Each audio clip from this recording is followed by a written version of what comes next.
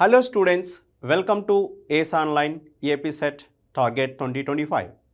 So మీకు ఈ వీడియోలో ఒక ఇంపార్టెంట్ క్వశ్చన్ ఎక్స్ప్లెయిన్ చేయబోతున్నాను. సో ఇక్కడ ఈ క్వశ్చన్ వచ్చేసి అటామిక్ స్ట్రక్చర్స్ నుంచి. సో క్వశ్చన్ వచ్చేసి in the orbit the energy of an electron En equal to -13.6 by n square electric volt. ఓకేనా? Orbital energy given. ఓకేనా? Energy of an electron given at a particular orbit n equal to 1, 2 అలాగుంటుంది for hydrogen atom.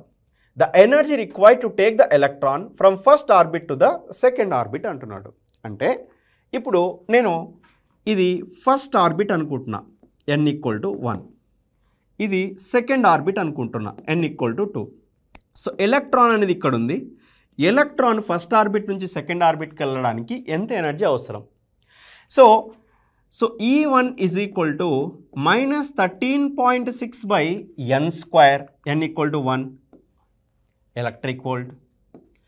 E2 is equal to -13.6 by n square, n equal to 2 square. So దీన్ని solve చేస్తే -3.4 electric volt వస్తుంది ఇక్కడ.